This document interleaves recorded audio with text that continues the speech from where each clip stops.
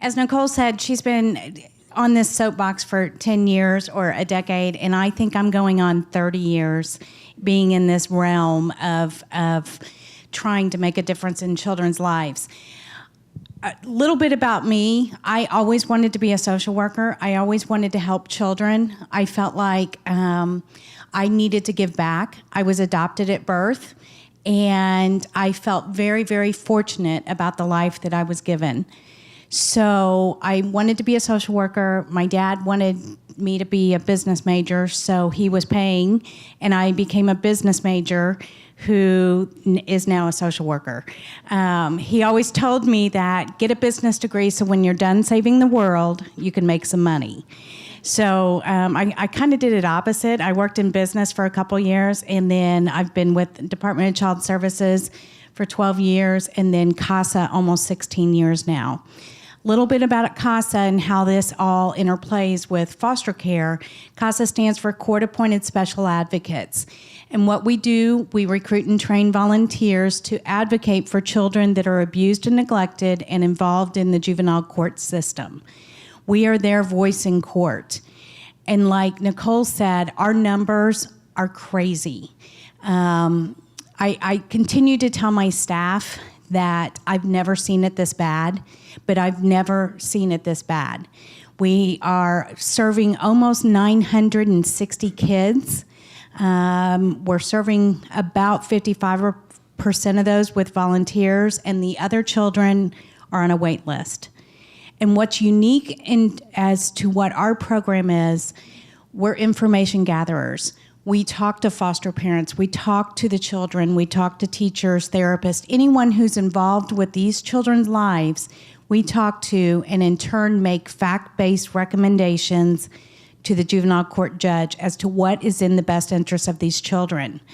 So many times what happens is these kids go to school and a Department of Child Services case manager comes in because there's been an allegation of abuse or neglect. They don't go home from school. They go to, at this point, they go to Department of Child Services and wait until someone can find a foster home for them. They don't know what has happened to them. They feel guilty. They think they're gonna get in trouble because their teacher saw a bruise on them, or they told a friend that they had been molested. So these little creatures are taking all this on, and they shouldn't have to. From the Department of Child Services, they hopefully find a foster home or a relative, and kids, and Nicole and I agree, kids should be with their parents if they're gonna be safe. But until that point comes, those kids need to be in a safe foster home or a relative home. So they go to this foster home. They know no one in this foster home. They probably don't have any of their belongings. They don't get to say goodbye to their dog, which my son would be completely probably emotional basket case if he didn't get to say goodbye to his dog every morning. And they don't know anything. They don't know what is going on. So our volunteer will then step in and become that voice and may be that one consistent person in these kids' lives. Department of Child Services case managers have a very, very tough job. Many of them are right out of school. They want to save the world like we all want to do. We want to help. We want to be good neighbors. But it's so overwhelming what they are experiencing with what these kids are going through that it's difficult. So there's a lot of turnover. And our CASA volunteers may be that one consistent person that knows that Johnny has a special blanket and can tell the foster mom, you know what, Johnny does better if he sleeps with the light on. Anything like that that can help this transition. And hopefully this transition is not a long-term solution. Hopefully this transition is a short-term solution and Johnny can go home at some point.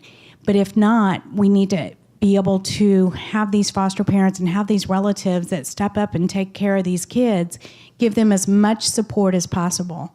And I know CFC is really reaching out, and and kind of wrapping their arms around the foster parents. We all need to do that. We continue to tell our CASA volunteers, you need to take into consideration and respect foster parents' time, because they may have 6 kids.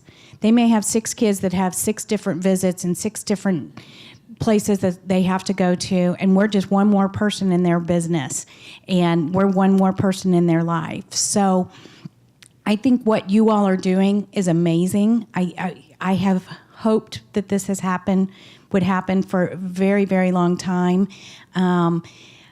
If we can't close our doors, which is ultimately what I would love to do, is be able to close our doors, because if our doors were closed, kids are not being abused and neglected, and they don't need us. They don't need foster parents. Their parents are going to take care of them. Their neighborhood is going to take care of them. But unfortunately, it's quite the opposite right now, and we need you all more than ever. So on behalf of CASA, on behalf of the villages, Department of Child Services, and all the little kiddos that are out there struggling, thank you for taking this step and spending a little time hearing about what we do.